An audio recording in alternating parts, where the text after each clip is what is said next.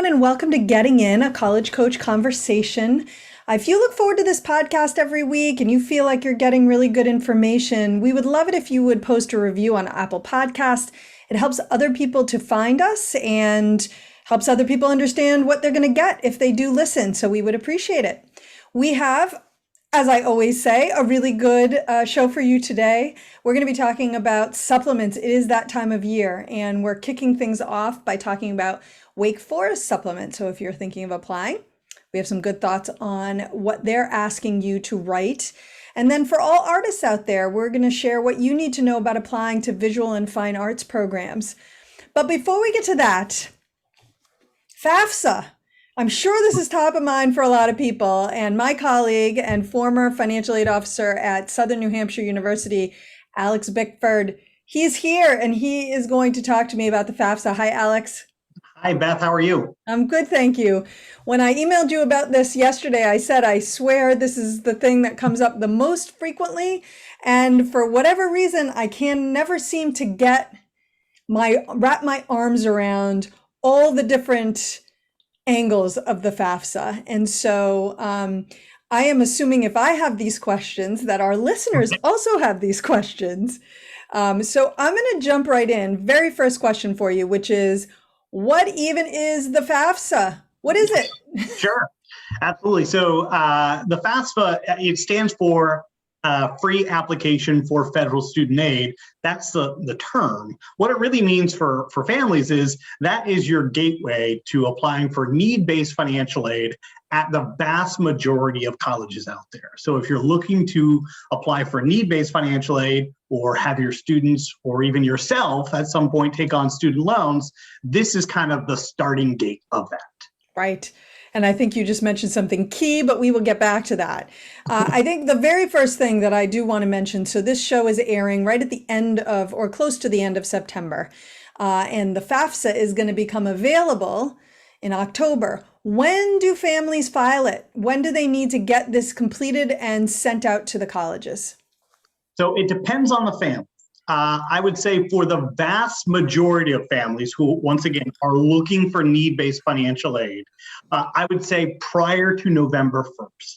So especially if you're applying early action or early decisions, colleges are going to require the FAFSA and possibly the CSS profile that I know we're talking a little bit more about on future episodes, but they're going to require both those forms likely by November 1st. So if you do it prior to November 1st, you're going to meet or beat any of the college's deadlines that are out there. Now, one thing I would say is don't do it October 1st. Don't do it October 2nd. Maybe don't even do it October 3rd. There are glitches that kind of work themselves out. The system gets overrun with families that are in there working on this process. Give it a week, let the system calm down a little bit, work out its glitches, and then go back. Okay, I think that's really excellent advice. I'm going to just little shout out for when you're submitting actual applications, give sort of similar advice around not waiting until the last day. So while glitches may have worked themselves out, you also don't want to wait till the last day, possible because a lot of other people are waiting till the last day, which creates additional glitches. So just shout out for that. All right. So getting back to the thing you mentioned right at the beginning, families who are looking for aid or perhaps want to take out some loans. So that leads me to the bigger question, and we do get this question every year. You tell me, it has to be the most commonly asked financial aid question. Maybe I'm wrong, but I would guess this is maybe one of, and that is, do you file it even if you're not going to qualify for aid or you don't think you'll qualify for aid? Yeah, so you mentioned that it's difficult for you to wrap your head around this topic. Yes. And part of the reason is because this advice changes almost every year, seemingly, because the policies within colleges change every year, seemingly. So the general rule of thumb is that most families should fill out the FAFSA form. The families certainly who are seeking aid or seeking loans should. Seeking aid especially should. If you're looking for just merit or if you're looking for just loans, the question is, do you need to file it in the very beginning or does it make sense to wait? So for families who are seeking merit aid only, a lot of it has to do with the colleges that they're applying to. Right. So the vast majority of colleges out there do not require the FAFSA or the CSS profile to be considered for merit aid. However, last year especially, this had shifted a bit. So it used to be the vast majority and almost all didn't require it. And now there are a few more popping up that do require it. So my concern with saying a blanket statement, no, you don't need to fill it out, or you just can wait. It could be one of those, 20 schools out there that are now requiring it for merit purposes. So my best piece of advice is, if you're concerned, if you're looking for merit aid, to certainly research the schools, go to the school's financial aid page, see if it's required for the merit process, or fill it out as a safety precaution so you're not missing any opportunities that you may have missed otherwise. Right. And anyone who's listened to this podcast for any amount of time knows that we almost never make blanket statements because we can not make them, because that'll be the one time there'll be an exception to the rule. But I think this is a good example of the fact that there is generally an exception to the rule. And I do want to also hit on one of the things that you said, because I'm going through this process this year as well. We're not sure if we're going to qualify for aid. I don't think we're going to qualify for aid. However, I know my son is going to probably work on campus, and we also might want to, for a variety of reasons, take out a loan, a federally subsidized loan. And he can't get work study, and I can't do the loan unless we fill out the FAFSA, correct? That is correct. Absolutely. Those federal programs, this is the kind of, once again, the gateway to qualifying for those. So Beth, in your situation, and then in family situations like yours, there may be a question of, okay, there's always the thought of, well, if I do the FAFSA, am I going to be considered that I'm applying for financial aid? Yes. And may that hurt my admissions chances? And so certainly you can speak to this as well as I can, but there's a couple of things to remember. So, and I'll let you handle kind of the common app side of this. Sure.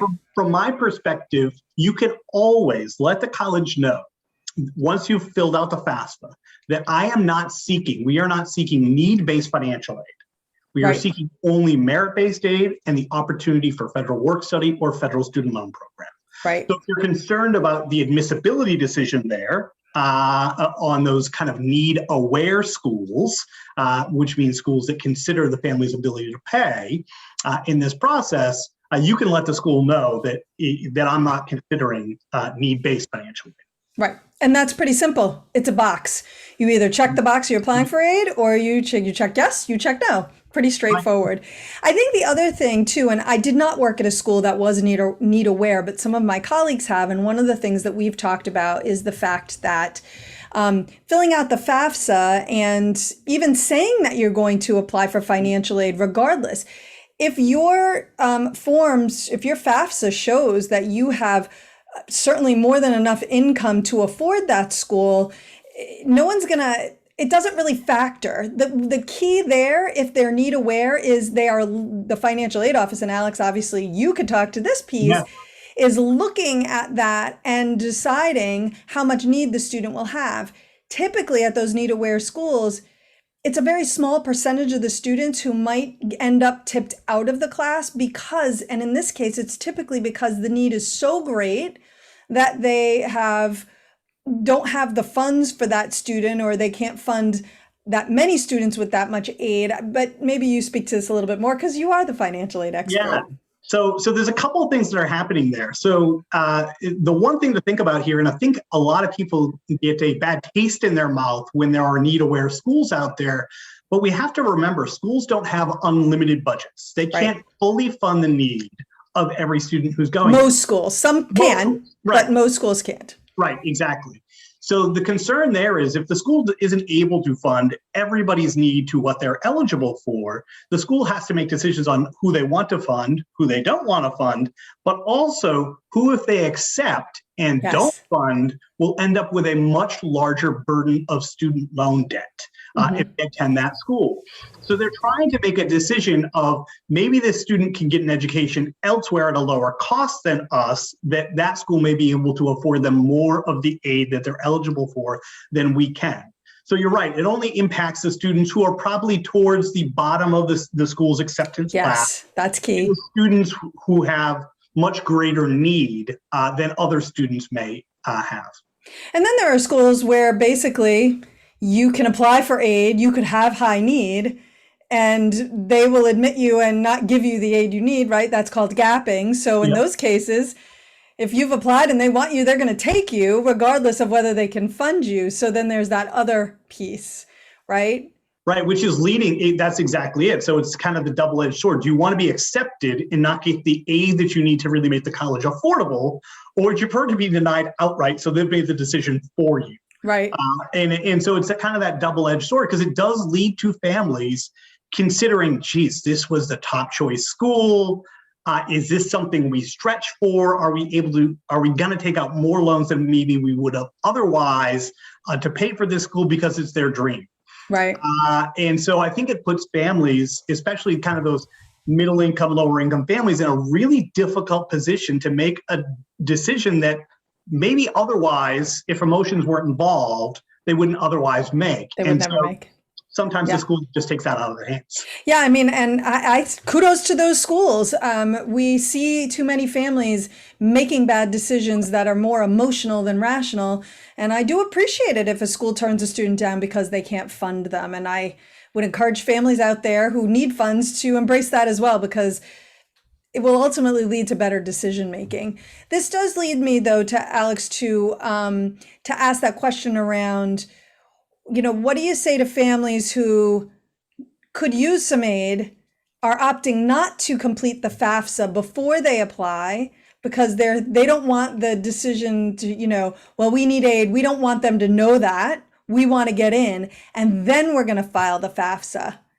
I'm just going to, before I send it over to you, I'm just going to say, when something sounds like too good of a plan to be true, and how come everybody else doesn't do it, it's usually because it doesn't work and it's a bad plan. So anyway, I'll let you take that. So the first thing I always say to families, if you need aid and if you need the cost to come down to a certain level in order for the college to be affordable, well, then it doesn't matter if you get in or not. If the college isn't going to be affordable, you need to complete the applications. And the best piece of advice that I can give is to make sure you're meeting or beating any deadline out there. So my worry is, once again, this blanket statement, I'm going to wait until I'm accepted, then I'm going to file the FAFSA, is that all the schools that you've been accepted to, inevitably, one of them is going to have a priority deadline that is before you're accepted. And you're going to miss out on some really good opportunities there. So it's generally not a good piece of advice to wait, because you might get those acceptances in March and their priority deadline could have been November 1st or December 1st or January 1st. And once again, you don't want to miss those deadlines. So the other thing I'll say is that, once again, not for every school, but the vast majority of schools do some form of, as you said, gapping, right? They don't meet 100% of the eligibility there. One way to increase the eligibility you may have, or increase or decrease the gap, is getting in by that priority deadline, not missing that priority deadline. So I always am of the advice that if you're questioning it at all, you should probably do it. And maybe you don't do it in future years. Maybe you don't need to. But for the freshman year, do it, and do it by November 1st. Right. The one thing that I will say too is that there are some schools out there that if you don't apply for aid when you apply for freshman admission, you can never apply for aid again. So if anything goes wrong, you thought you had the nest egg all set aside, and then it goes up in smoke because the stock market has a challenge, whatever it is, right? Then now you're completely out of luck, because their policy says you can't come back to us later and ask for aid. Right. And Beth, we are obviously, in a very tumultuous time financially for families. So one thing about the FAFSA is that they're taking consideration from income 2 years back. Right. So when you're looking at 2 years back, a lot has changed in the world in the last 2 years. Yes. Income has changed drastically in the last 2 years. So while you may have been fully employed back in 2020, and you may have been doing very well financially back in 2020, the last year may have really not been great for you. And you might be eligible now. So the financial aid appeal process is really important. And the first step of that, once again, is you've got to get the financial aid forms in to be considered. Right. Okay, so we have established if you need aid, if you think you might want to take out loans, federally subsidized loans, if your student is going to do work study, if your financial situations potentially could change in the future while your child is still in college, if those apply to you, you should be filling out the FAFSA. Is there any time that you would say a family should not complete the FAFSA? So the only family that it really shouldn't complete the FAFSA is a family that the schools that they're applying to either do not offer merit or do not require the FAFSA for merit. That family does not need and will not need to borrow federal student loans. And their financial situation is stable to the point where they don't foresee in the next 4 years a likely circumstance that they're going to need assistance. Right. Then that family is of the closest that I would say to, yeah, you probably don't have to fill it out right now. Maybe we can wait and see, or maybe you don't have to fill it out at all. That would be the closest. Right, right. But, for all the reasons we've laid out, there's really no downside to completing the FAFSA. So, all right. I literally, as you are talking, I am thinking I want to send this segment out into the world of our colleagues, the world of my families that I'm working with, because I think we've answered all the questions that come up. And is there anything I've forgotten, or have we basically covered it? I think surrounding this topic, we've covered it. I'm certainly there's much more, but yes. Okay. So next week, Alex will not be here, but one of my colleagues will, and they're going to be talking about the CSS profile, which is a second set of financial aid forms that are required at some schools. Much smaller number of schools. The FAFSA is everywhere. The CSS profile is 200 schools, maybe less, about 200. Yep, yeah. 200 to 300. Yep. 200 to 300. Okay, 200 to 300. Anyway, we're going to have way more details on that next week. So you're going to want to come back for that segment. For now, we are going to take a quick break. Alex, thank you so much for joining today. No, absolutely. Thanks for having me. Absolutely. I love it. You answered all my questions. And when you come back, we are going to be talking about visual and fine arts majors. So don't go away.